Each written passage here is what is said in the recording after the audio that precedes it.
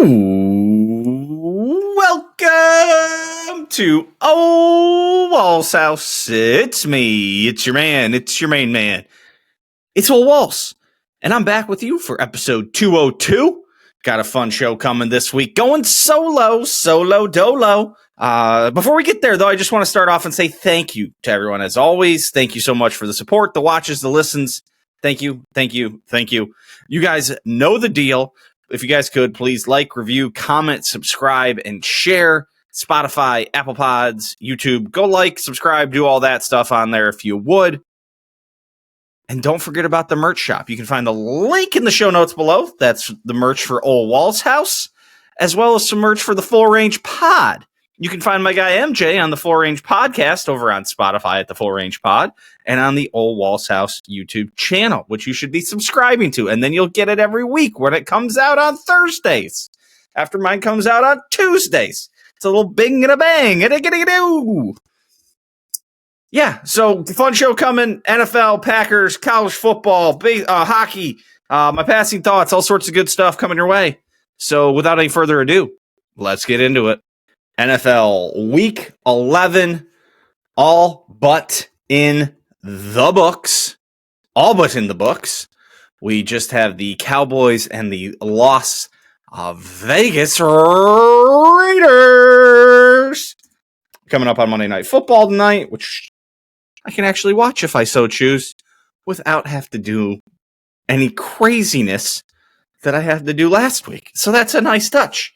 Well, we'll talk a little bit more on that later in the show, but let's start with my Green Bay Packers. What a week. What's new? Just another wild and crazy week with the Green Bay Packers. I mean, we come out and Jameis Winston leads the battered and broken New York Football Giants straight down the field. Straight down the field. Like there was no issue at all. They're down Cam Scatterbo. They're down Jackson Dart. They're down Malik Neighbors. They're down like an offensive guard, I think. They're down a cornerback who comes out, is ruled out right before the game starts. Like this is just a battered and broken team, and away they go. Just straight down the field on the Green Bay Packers. Devin Singletary into the end zone. It's like, what's going on? What's going on here? We end the first quarter. It's 7-0. Packers finally get on the board when Malik Willis leads a drive.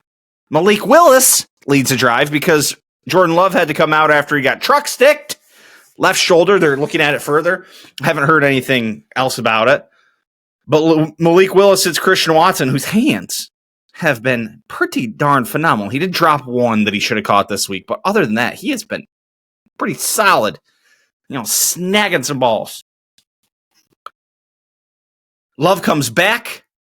Love gets him another touchdown. Then they give up another touch. We're tied. We're tied with the New York Giants. The now 2-9 New York Giants going into half. Love comes out in the second half and plays a phenomenal game. Leads them on 2 touchdown drives. Defense stands up a little bit. Defense just spends so much time on the field. So much time. They cannot get off the field. Jameis Winston thrown 3 or 4 balls that should have been picked before he finally threw the pick that sealed it. It's like the defense just has to start creating turnovers and get off the field. Have to start to get off the field. I mean, only allowed 20 points. The Packers scored 27 points, which is the magic number this year. I think all but one of the wins have been 27 points. I want to double check that. Yeah, the only one that wasn't 27 points was the Steelers, and then they tied with a 40-point game. But week 1, 27 points. Week 2, 27 points. Yeah, I'm not going through. 27 against the Bengals, 27 against the Cardinals. God, the Cardinals, 1-score game. Just, yeesh, caramba. So the Green Bay Packers, man, they find a way to get it done. It was not a game without shenanigans. I mean, some of the wild things. I'm just looking at my notes here. The old double fumble at the end of the half. That was incredible. Bad snap to Love. Love corrals it, gets up off the ground, gets it out to Musgrave, who then fumbles it in what should have given the Giants the ball. I don't know how that one gets overturned, but it does. The Giants were on like 15 play drives all game. I think when the Giants went up 20-19, I think at that point they'd run 31 plays to Green Bay's 4 or in the half. Something like that. Let's see what the time of possession is here. Yeah, 35-24. Packers fumble it twice. Musgrave fumbled it twice. Musgrave was not good. Absolutely not good. I believe, what was the stats here on Jordan Love? I think I have this right. So he was 13 of 24. Basically didn't play, about a quarter-ish. So 11 incompletions. I believe 7 of those were drops. 7 drops. You can't have that. The other really bad thing coming out of this is Josh Jacobs goes down. He only ended up touching the ball 7 times this game. Knee-ish injury. Maybe it's the calf again. I don't know. They said post-game that their evaluation led them to believe that it wasn't season-ending and that he would be undergoing further tests. I don't know if I've seen anything further today. I'll just kind of pull up. Knee is structurally sound and no surgery needed. That was around noonish today, so I missed that. Considered day-to-day, but could miss the game against the Vikings. Knee contusion. Injured reserve, not a consideration. Potentially can play against the Vikings. LaFleur shouts out the hard surface at MetLife. So, yeah. Now, your boy, in one fantasy league where I have him, I did, pick up the old Manuel Wilson handcuff the other week, so that was nice. I made a little trade at one point in the year. Double quarterback league. I needed to bring in some extra help at quarterback. That's turned out because Aaron Rodgers might be out for a while, and Aaron Rodgers was my second quarterback. Got myself some Dak Prescott, some Jameson Williams, and Emmanuel Wilson. Sent away, what did I send away? Marvin Harrison, somebody else. I can't remember who else I sent away. It was Marvin Harrison Jr. I ended up sending Jacoby Brissett too.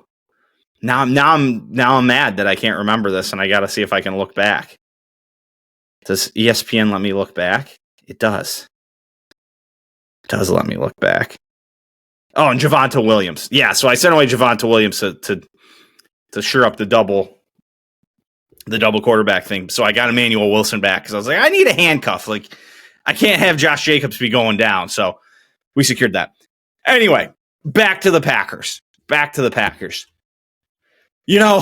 a gutty win from Jordan Love. Jordan Love was doing everything under his power to win them that game. There are so many injuries. Elton Jenkins out. Tucker Kraft's out. Jacobs is hurt. Zach Tom got hurt. Who got hurt on defense?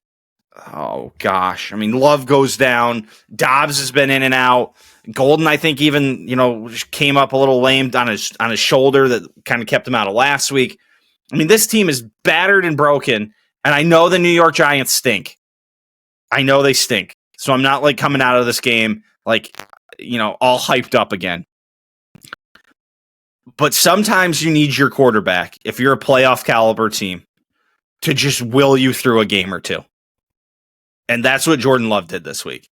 He made some great throws. Like I said, 7 dropped balls. The line was just Swiss cheese. I mean, Ryan, the center, the guy who's playing center, could barely even snap him the ball sometimes. We got more kicking issues. Lucas Havrisk missed 2 extra points. Granted, it was very windy. On the issues that are not kicking, we'll do a little for the brand here. Daniel Whelan, some bombs. He had an average of 48.8 yards on his 4 punts. 4 punts for 195 yards. Just absolutely wild. But Jordan Love just stepped up. The go-ahead touchdown into the back corner to the end zone for Christian Watson was phenomenal. He also hit him on a third down the sideline. And Watson just like misjudged it ever so slightly. It looked like he like stutter stepped. He like 1-2'd instead of like just striding it out.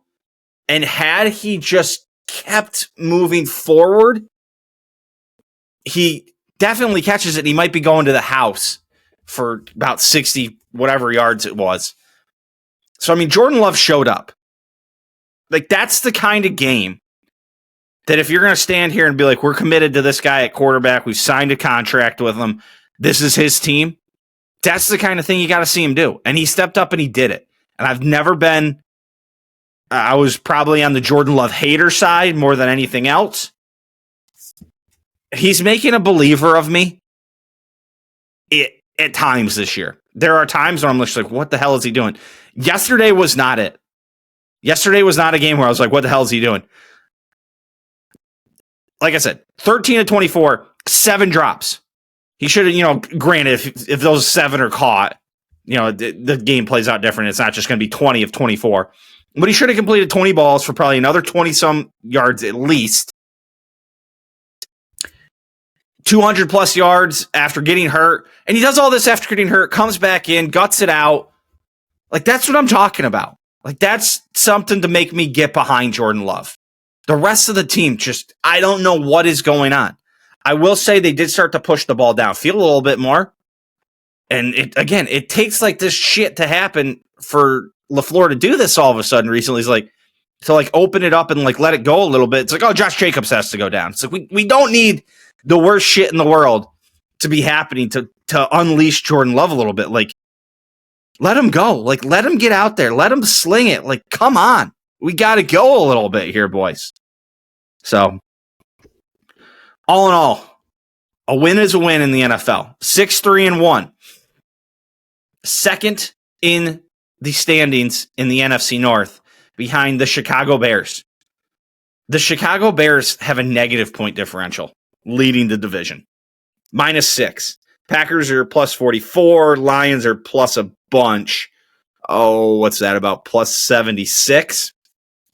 So, and Packers 3-1 on the road, have lost 2 games at home. 3-1-1 on the road, I should say. Packers have only allowed 196 points all year. Only teams that have been better: Rams 172, Seahawks 193, Texans 163, Broncos 192, Chiefs 181. So not a big list. They're not giving up a lot of points. Got to get it done. Got to get it done. And I do not believe in the Bears. I do not believe in the Bears at all. I'm not just saying that as a Packer fan, Bears hater, avowed Bears hater. I will tell you right now, avowed Bears hater. Hair, boys, the hair is woo-hee, it's retreating. But yeah, is it about avowed Bears hater? I'm not just saying that because they're the Bears. I just don't trust them. Like, if you look at what they've done, how they've won, who they've beat, it's like, oh, the Vikings by 2 last-second field goal. The Giants, 4 points, 1-score game, late. The Bengals choke away a game that they should have won easily, then need a miracle to do it. Lose to the Ravens. Beat the Saints by a score. Beat the Commanders by 1 point. I think that was a last-second field goal. Beat the Raiders by 1 point. I believe a last second. Nope, I lied. That was just an under 2-minute touchdown. And then beat the Commanders. I don't trust them. I don't think that they're that good of a team. Oh, man, what did I do? I scrolled back way too far. Uh-oh, I screwed something up here. Titans. They beat the Titans. Oh, God, what happened? Oh, no. Now I'm back to 2024. Where are we? Okay, beat the Vikings, beat the Giants. Yeah, we're all good. Bengals. Yep. Yes. Okay, now we're good. So they split with the Vikings. I don't know if the Vikings are really that good either. They beat the Saints, the Commanders, the Raiders, the Bengals, the Giants. I won't throw too much shade there. And the Vikings again. So I don't know. I don't trust the Bears. So I think the Packers can do this. Like, I think the division is still there for the Packers to win somehow, some way. 3 straight against division opponents here these next few weeks. The Vikings come to town. Then you got to go to the Lions on Thanksgiving on a short week. That's going to be tough. Now, that said, the Lions laid an egg last night, but the Eagles are tough, and the Eagles make games ugly and disgusting, and it was cold, and it was windy in Philly, so I don't know. We could be all right. And then host the Bears. You get the Broncos thrown in there, just took down the Chiefs. You get the Bears again. You get the Ravens. I still don't know what I think about the Ravens. And you get the Vikings again. Like, that's 4 against the Vikings and Bears. You got to get 3 of those for sure. I mean, you get 3 of those. Find a way to pick off one of the other ones. 10-6-1. Is that enough to win the division? I don't know. I just don't know. I mean, 7 games left. You got to imagine you need at least 4 wins. What's the Bears' schedule look like? What does the Bears' schedule look like? Steelers. They can win that game. Eagles, they shouldn't win that game. Oh, Black Friday. You gotta hope the Packers beat that. Damn, they can beat the Browns. 49ers would be tough. Can't imagine they beat the Lions. So there's what, 2 winnable games, 3 games they probably lose, and then 2 games against the Packers. So you got to make sure you win those 2 games, and they only get 2 wins going in. They finish at 9 wins. That puts you at 10 wins above them. What do the Lions have left? Let's look at the Lions as we're just breaking down the NFC North. They're going to beat the Giants. They're going to beat the Cowboys. They're going to beat the Steelers. They're going to beat the Bears. They're going to beat the Vikings probably. That's 5 wins. Then the Packers and the Rams. Man, Thanksgiving is going to mean a lot. If the Packers can win on Thanksgiving, there's a pretty clear path. It's, win this coming week and then win on Thanksgiving. There's a nice path on how to win the division. Because then the Lions will have to play the Rams in there. And then just maybe hope that the Cowboys give them some. I mean, I doubt it, but who knows? Who knows? Let's peek around the rest of the NFL.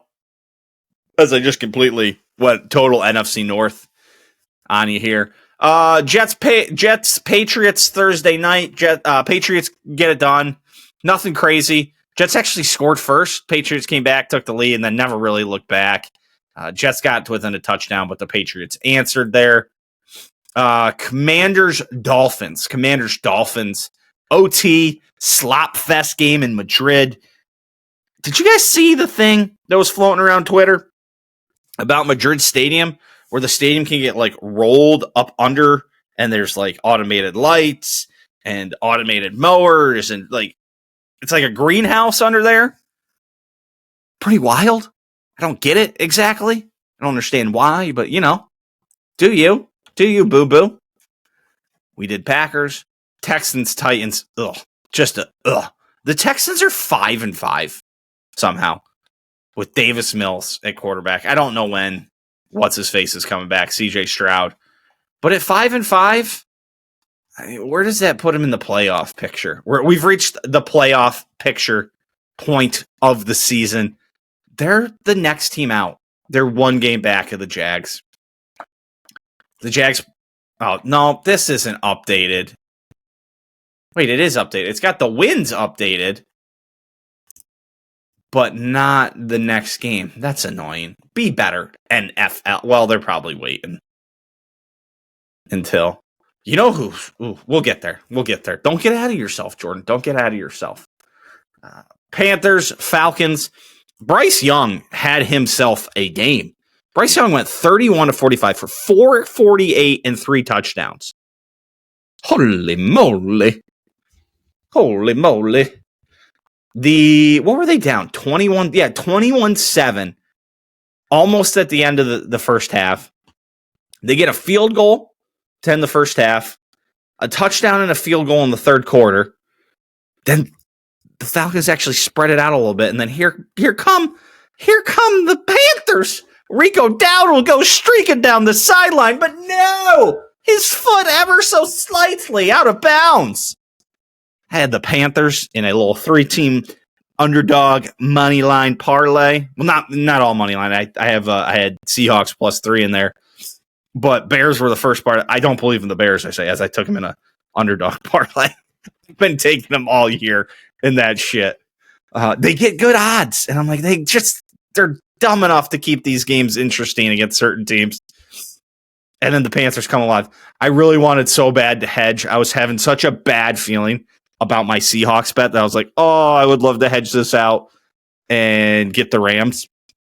Turns out, didn't need it. So away we went. But the Panthers, they're alive. They're alive. You know, they're ninth place if you just look at it straight up in the playoff picture. If you look at it in the division, they're 6-5 now. I lied to you. This playoff picture is updated. Yep, I didn't lie to you. I didn't lie to you at all. They're 6-5. They're half a game back of the Bucs. I think they're off next week. Are they off next week? The Panthers? No, they play Monday night, so it must be the following week. Well, that wouldn't make sense. I don't think anybody's off on Thanksgiving week. So they have a week 14 bye. They have a week 14 bye. Yeah, so fantasy playoffs are 15, 16, 17. Yeah, crazy. Week 14 bye. That's nutty. Nutty. Mm-hmm. Nutty nutties. All right, where are we? Jags just beat the ever-living shit out of the Chargers. I got myself on Chargers, and I knew I shouldn't have. And I said it at the time. I was like, West Coast team coming east. But then I reversed my own thinking. I was like, no. The Chargers are better than the Jags. The Jags aren't good. This game should have been called the MJ Bowl because it was two quarterbacks he doesn't really believe in Justin Herbert and Trevor Lawrence. And neither one of them looked impressive at all. Justin Herbert, 10 of 18, 81 yards, 1 interception. Lawrence, 14 of 22, 153, 1 TD, 1 interception. And I don't just say that as I'm looking at the box score and reciting that. I don't just say that as a box score watcher, because there are some times I watch a game and I'm like, I don't know. And I look at the box score and it kind of okay, I guess that's going to be my opinion. This game was popping up on Red Zone. So again, not a full picture, so I don't see it all, but Red Zone, look-ins. Every time it was on, it was like, oh, Justin Herbert's got no chance. And then I never saw Lawrence do anything good. Be interesting to go back and watch that whole game. I'm not gonna by any stretch of the imagination, but it might be interesting. Bills Bucks, fun game, back and forth early. Josh Allen looking like a clown. This is one where you're you look at the box score and you're like, just Josh Allen, 19 of 30, 317, 3 touchdowns, 2 interceptions. It's okay, right? It's oh no, he started off horrendous and then just flipped the switch and was like, no, we go now. Because then he ran it 6 times for 40 yards and 3 touchdowns. Big up Josh Allen. Euro. Get on my fantasy team, put up some points, boy. I think that was 40-some this week. 41 points with 2 interceptions. He threw a pass in the first half from the logo at the center field, at the center of the field, not center field. That's baseball. That's where Ken Griffey Jr. played. He threw one from the logo to the back corner of the end zone after kind of getting pushed around, scrambled around, and just dropped an absolute dime. Was that the one to Ty Johnson? Ooh, could have been Shavers. That one could have been the Shavers one. I forget the order No, I think that was the Ty Johnson one. That put him up 21-17 with 36 seconds. The Bucks kicked a field goal got down a field goal range. There's so much that I almost think you're better off. It's tough because if you can get if you're kicking against the Packers, don't ever kick it in the end zone. They'll never get it past the 25. But some of these teams, it's oh, this team goes up 3. There's 45 seconds left, and then they kick off, and it's now they're at the 50 because of a good return. It's 2 passes, complete 2 passes, and you're in field goal range. Is it better to just kick it off in the end zone in that case and you get your defense out there? It's you have 45 seconds and no timeouts. You have to get the ball, 30 30 yards upfield. Either way, back and forth. Tampa actually took the lead in the fourth quarter right at the start, and then Buffalo pulled away. Really weird. I don't know what was going on at the end of the game. I think Tampa kneed on it. I was watching the Packer game, and Red Zone was on the other TV, so I didn't see exactly what was going on, but Baker wasn't on the field.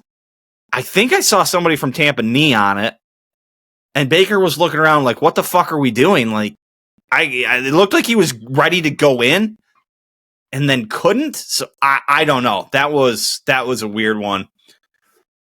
Bills, Steelers kind of run away with this one. Mason Rudolph ends up having to come in. Rodgers, possible broken left wrist. I don't know if I've seen anything beyond that. I do know Jamar Chase got suspended for a game today, which is awesome. He's awesome. It's awesome. He's on my fantasy team. Fantastic. I don't know what they said about Rodgers. They play the Bears next, too. It'd be awesome to see Rodgers just beat up the Bears one last time. Let's see what it says for Rodgers' injury.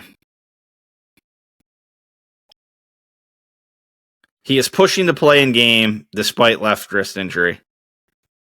Slight break in that left wrist. Steelers don't believe that's a long-term injury, but tests should show more today. So, yeah, he wants to play against the Bears. Jamar Chase, though, spitting on Jalen Ramsey. Jalen Ramsey takes a swing. And idiots. The San Francisco 49ers are 7-4. They started the year without Kittle. They lost Brock Purdy. Their defense is decimated. And they're just winning games again. Kyle Shanahan should be in the running for Coach of the Year. Christian McCaffrey, doing Christian McCaffrey things. 13 carries, 81 yards, 2 touchdowns, 5 catches, 40 yards, a touchdown. So 18 touches, 120 yards, 3 touchdowns. Christian McCaffrey things. Back after an injury, that's when homeboy goes nuts. Rams hold on and beat the Seahawks. I went out on a limb on this podcast last week and said the Seahawks were a legitness level team. MJ said, I don't trust Sam Darnold. I say he's been doing this for 2 years. Big time matchup. The Rams get out early and then don't score another touchdown until the fourth quarter. And Sam Darnold has opportunity after opportunity after opportunity after opportunity after opportunity after opportunity and can't get it done. Throws 4 interceptions. Played horrendous. Ravens hang on to beat the Browns. I don't know. I mean, not hang on. They have to come back. But, I don't know what to do with this team. The Browns ended up going to Shedeur Sanders, which led to some of the greatest things I've ever seen on Twitter in my entire life. Just in my entire life. This was maybe one of the greatest tweets. Josina? Is it Josina?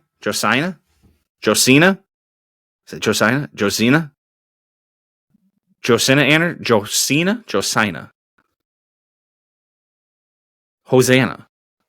Josina Anderson. Here was the against all odds 3rd and 10 completion by Sanders under 2 minutes. It was a 4-yard crosser. Jerry Jeudy made a good play. This chick was just all over Shedeur Sanders.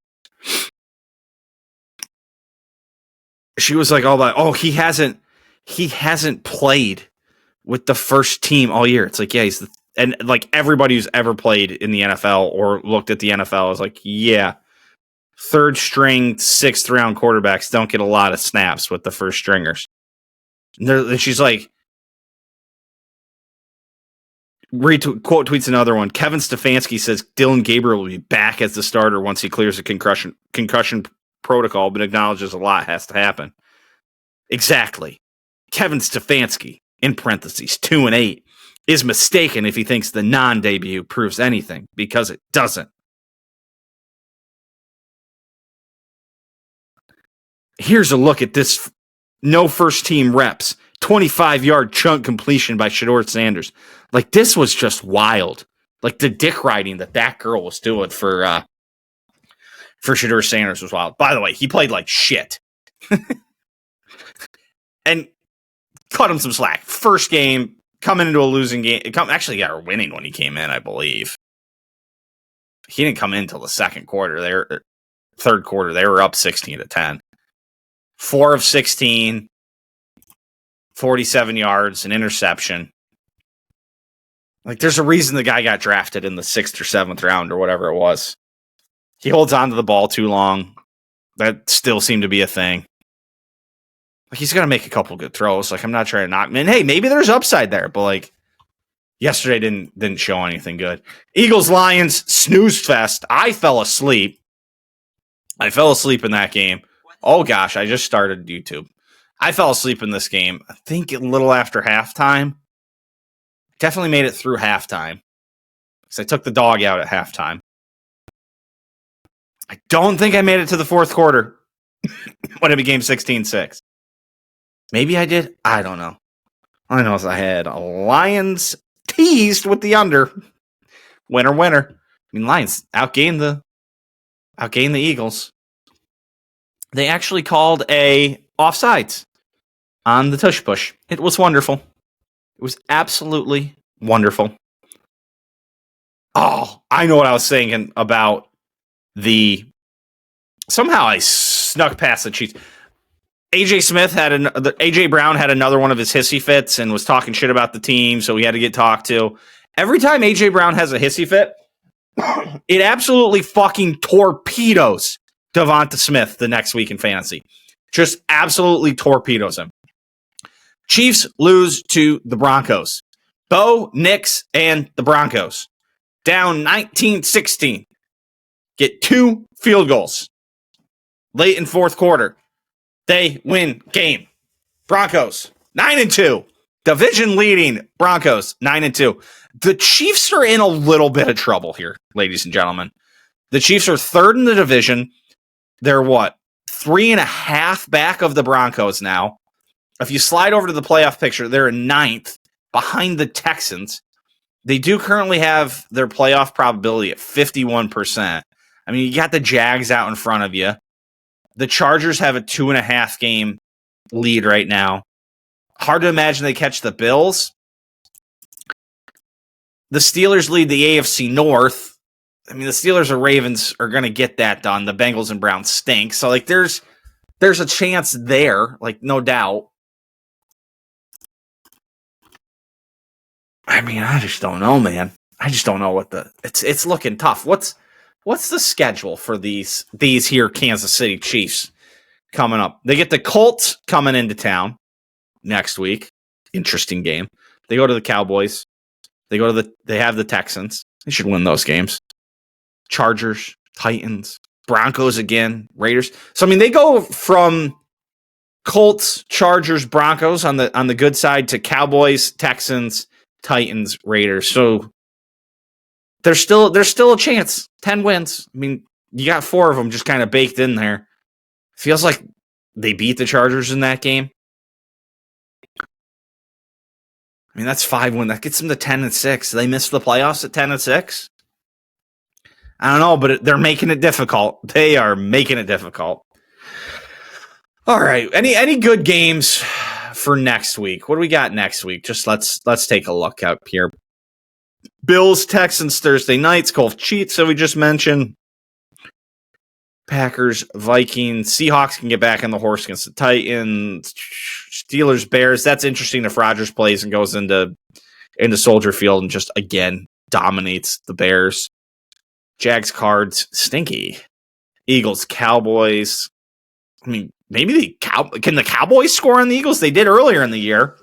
Bucks, Rams, Sunday night. That's a nice one. Man, kind of a stinky week of matchups. We'll see if anything comes of it. College football time. So the game of the weekend was a game that no one probably thought should have been a game. Texas A&M and the struggling now 3-7 South Carolina Gamecocks. And South Carolina goes up 30-3 at halftime. But back come the Aggies. I had to think what Texas A&M was for a while. With 4:53 to go. Really? Huh.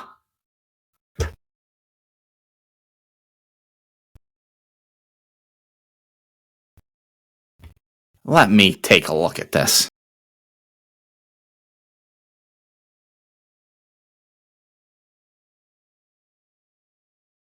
Third. 22 seconds in the third. 24? Oh, this thing's just taking a while. I was looking at the thing. I was like, oh, this is the times of what it was. Anyway, 30-3, and then Texas A&M just all of a sudden comes storming back. I wasn't really paying attention to it. I was out at a bar on Saturday, and I just kind of was scrolling Twitter quick. It wasn't on the TV at the bar, and I was like, Clay Travis had tweeted that he'd put money on Texas A&M at half, like at 10-1 or something like that. And then he's like chirping, and he's like, ooh, we got a chance. 11:26 in the third quarter, touchdown, Texas A&M. 4:18 in the third quarter, touchdown, Texas A&M. Now it's 30-17. And I must have caught it sometime. I got in there right as they scored the touchdown to go up 31-30. So I missed all the fun, but I caught the end of it. But what a comeback. I mean, essentially made it up in a little over a quarter. Just nuttiness. I mean, those are just the kind of games that, that 3-7 South Carolina team, that's just a good old-fashioned tough SEC team. Wisconsin scored a touchdown again as Indiana beat the shit out of them.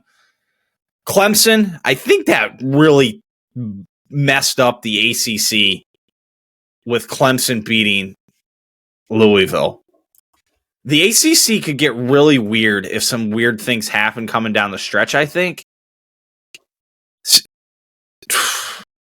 Louisville drops to 4-3, so that basically it didn't really do that much. You have 4, 5, and 1 teams. But your 2, 6, and 1 teams, Georgia Tech, Virginia, I think really need to be the ones to win out, or they could get left out of the 12-team playoff.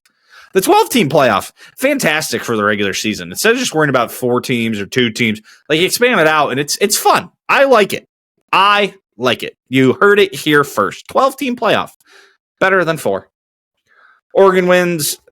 Notre Dame goes into Pittsburgh. Pat McAfee gave a great little soliloquy at the start of game day about Pittsburgh. And I always feel like Pittsburgh represents more of Pennsylvania than Philly ever has. And just the way he talked about it just made me, I was like, Pennsylvania's awesome. Really is. I do miss it a little bit every now and again. Not that much, but it's just sweet. I mean, where you grow up always holds a little special place in your heart. Michigan holds on. Northwestern has played a ton of close games. They're 5-5, and I think they've been in almost all their games that they've lost. I mean, even the games they've won, they barely snuck by UCLA, sneak by Penn State, beat up on Purdue, lose to Nebraska by a touchdown. They got beat up by USC, lose to Northwestern by 2. So they lost a couple games by a touchdown and 2. Okay, so somebody on Twitter took it too far, is basically what I've been told, is what I figured out. Shocking. Someone on Twitter went wild with it. Michigan, though, hanging around. I don't know. Where's Michigan in the rankings? They were 18 going into the week. Is this an updated poll? I never know with college football. It's so dumb. It should be. So they're 18th. They're 18th now. They're hanging around. Beat Ohio State. Find a way to do it yet again. Oklahoma beats Alabama. It's a big win for Oklahoma. That keeps them alive. shakes up the SEC again. What do the standings in the SEC look like? Who's going where? Texas A&M out in front of everybody. Georgia, Ole Miss, Alabama, all one loss now. Oklahoma has 2 losses, though, so be tough way for them to make their way back. Georgia, big win over Texas, really beat up on them. Has anybody moved around the top 25 like Texas has this year? Started at 1, fall all the way out. I think we're as high as 10, back now to 17 and 18 in the AP and the coaches poll, just all over the place. And let's not bury the lead. My Penn State Nittany Lions get a win. Their first win since September 13th. 2 months of losses for Penn State. They finally get a win over Michigan State. They could still close out this year, go 6-6, make a bowl game. Be nice to see a little bit of momentum, going into next year. Still love to hear a little bit more on what they're thinking for a coach, but time will tell. Time will tell. What do we got for college football coming up this weekend? The SEC is playing the schools of the blind, half of them this week. Yeah, Samford comes to Texas A&M. I hate that the SEC does this at this point in the season. Just play one extra. Just do this at the start of the year. I hate it. Samford, Charlotte, Eastern Illinois. Like, what are we doing? Do it at the start of the year. Tennessee goes to Florida. Pitt goes to Georgia Tech. Syracuse at Notre Dame. Rutgers at Ohio State. This isn't a good week of college football. USC, Oregon is a good one. That's the best game of the week by far. Best game of the week by far. Penn State back home, hosts Nebraska. Night game. Interesting. The Nebraska Cornhuskers, they haven't been doing too good this year, have they? What are they? 7-3 overall, 4-3 in the Big Ten. Not bad. Yeah. College football's in a weird thing. And then next week, I think we got some good games again. Georgia Tech, Texas A&M, Texas, Vanderbilt, Tennessee, Auburn, Alabama. Yeah, we only got 2 weeks left. 2 weeks left, and then we go Army Navy, then conference titles, and then we're into the playoffs. It's closing in on us. It's funny how away from me the NCAA season gets when Penn State has just completely fallen out of it. If Penn State was in it, I'd be like, oh, we got to watch this. We got to see what this one's doing. How's this going to play out? And just doesn't do it for me that way. All right, let's move on. Let's talk and touch of hockey, shall we? The Philadelphia Flyers, the overtime Flyers, we should just start calling them because all their games are going to overtime of late. Well, not Saturday. Saturday they got the ever-living shit kicked out of them. Christian Dvorak did score a goal in the third period, but other than that, it was a disaster. 5-1 loss against the Dallas Stars. Stars are good, though, so did win in a shootout over the Blues Friday night. That was a 2-goal game from Zegras. He actually got tripped up late in regulation and actually had a penalty shot that would have essentially won the game for him. Just couldn't do it, but he adjusted, made up for it in the shootout. Put a shootout goal in as well. The sole shootout goal, if I'm remembering correctly, and the Flyers got that win. They'd been on a little mini skid right before. They had lost back-to-back games in overtime, so they did at least get points out of it. Lost to the Senators last Saturday. We already talked about that. And then lose to the Oilers in overtime on that was Wednesday. They've kind of been Dan Vladar's been doing some good stuff in goal. And Urson they were talking about his shootout percentage. I mean, just get the boy to the shootout. Just score enough goals that you can get and hold on through the overtime and get Urson to the shootout. And we can go a little bit, but the Flyers are all right, boys. They're all right. We're not we're not running away with anything.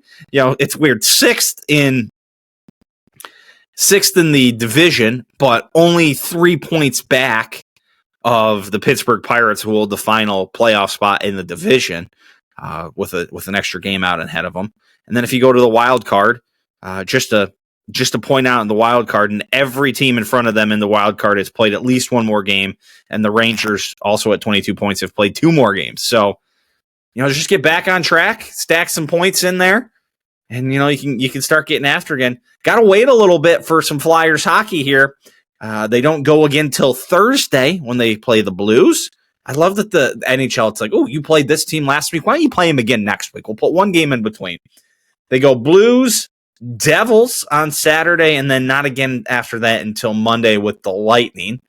So the Blues, let's just find our Blues. As we know, the Blues, nothing great there. I said Devils. The Devils are playing some good hockey. 13-4-1, 27 points. I believe that, second best. Only the Colorado Avalanche, who've only lost 1 game in regulation this year. 5 to the overtime. Loss variety. So the Devils are solid. And then we got the Tampa Bay Lightning. We're middling. You can do this. Flyers, a perfect dead even differential. 51 goals allowed, 51 goals scored. Not scoring a lot. Nobody scored less goals than them in the Metro Division. The Panthers have scored less. The Jets have scored less. I was looking at the wrong one there. The Panthers have scored less than the 51 goals the Flyers have scored. The Predators have scored less. And that's your list. So Flyers not scoring a ton, but you know what? Not allowing much either. They've only, like I said, allowed those 51 goals. The Rangers have allowed 49. The Caps have allowed 48. Avalanche 47. Blackhawks 47. And again, that's it. So if you don't allow a lot of goals, you don't have to score a lot of goals. It's just funny how that works. Trevor Zegras, just pimp daddy. Just a stud. Let the boy loose. Let the boy watch. All right, that's all I got on the Flyers. Like I said, Thursday, Saturday, Monday, Blues, Devils, Lightning. First 2 at home, then head on the road. Time for some passing thoughts. First off, forgot to mention this in hockey because, of course, I did. ESPN app, which is a terrible app, gave me a 5-minute commercial in the lead up to the hockey game. I think it was like 4:45 or what, 4 minutes, 45 seconds, whatever. I was like, oh my God, 5-minute commercial. This app sucks. Then you always got to be checking to make sure you're not falling behind because that happens all the time, which is awesome. But I do believe now that ESPN and YouTube TV have figured out their shenanigans, the one good thing that's coming out of it is that YouTube TV subscribers now have access to ESPN Unlimited, so you can pretty much just watch whatever you want on there. So I will get to see some WWE stuff. John Cena's last night on Monday Night Raw is tonight on the old Netflix. So I'll be tuning into that. Gonna miss the old boy. The old boy's gonna give us one last run. Pulled off quite the little woo. Intercontinental champion last week. Grand Slam champion.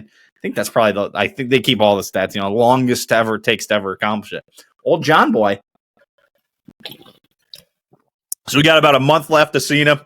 I believe it's a Saturday night's main event will be his final match. They are doing the Last Time Is Now tournament. Woo. You know it. Zack Ryder returned to WWE and competed in a match. So, yeah. And then baseball. I'll just throw in this in passing thoughts. Wasn't really enough to talk about. Just the end of season awards. Aaron Judge is your AL MVP. I believe that's his second in a row, third in the last 4 years. Yes. Yes, sorry, I was tweaked out. They have the National League updated to only 2024, but they had the American League updated to 2025 because why would the MLB be good at anything related to technology? And then Shohei Ohtani wins his third in a row. He's the first guy to win multiple MVPs in both leagues. I forgot to mention Cal Raleigh probably should have won over in the AL. 60 homers. Plenty of RBIs to boot. I mean, it was close. It was close. You can make an argument either way. I think you should have gone Cal Raleigh, but Judge is pretty good. It's not like it's a bad choice. No surprise, Tarek Skubal and Paul Skeens win the AL and NL Cy Young respectively. On the Cleveland front, Jose Ramirez will be first team All MLB at third base. He is the only Cleveland player to make the first or second team. Stephen Vogt, back-to-back AL Manager of the Year. And Stephen Kwan, Gold Glove, left field. Jose also Silver Slugger at third base for the AL. So there's that. There is that. Sometimes I don't do myself a favor when I make my notes. I just put something down and then I have to guess what exactly I was talking about. And I just wrote, Congress is looking into baseball again. I would have to imagine that is dealing with the Cleveland Guardians pitching scandal with Luis Ortiz and Manuel Clase, who has finally been arrested now, I believe. But I didn't elaborate, just Congress looking into baseball.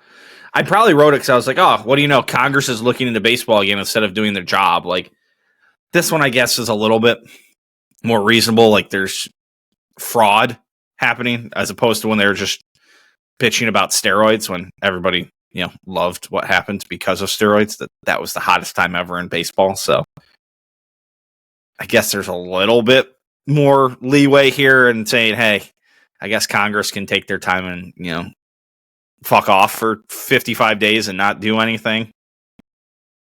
Then all the other time of the year, they just fuck off and don't do anything. But, when we're back, we got to look into Major League Baseball. We got to show the people we care about baseball just like they do. Hey, had my first Thanksgiving dinner of the fall here. I love it, man.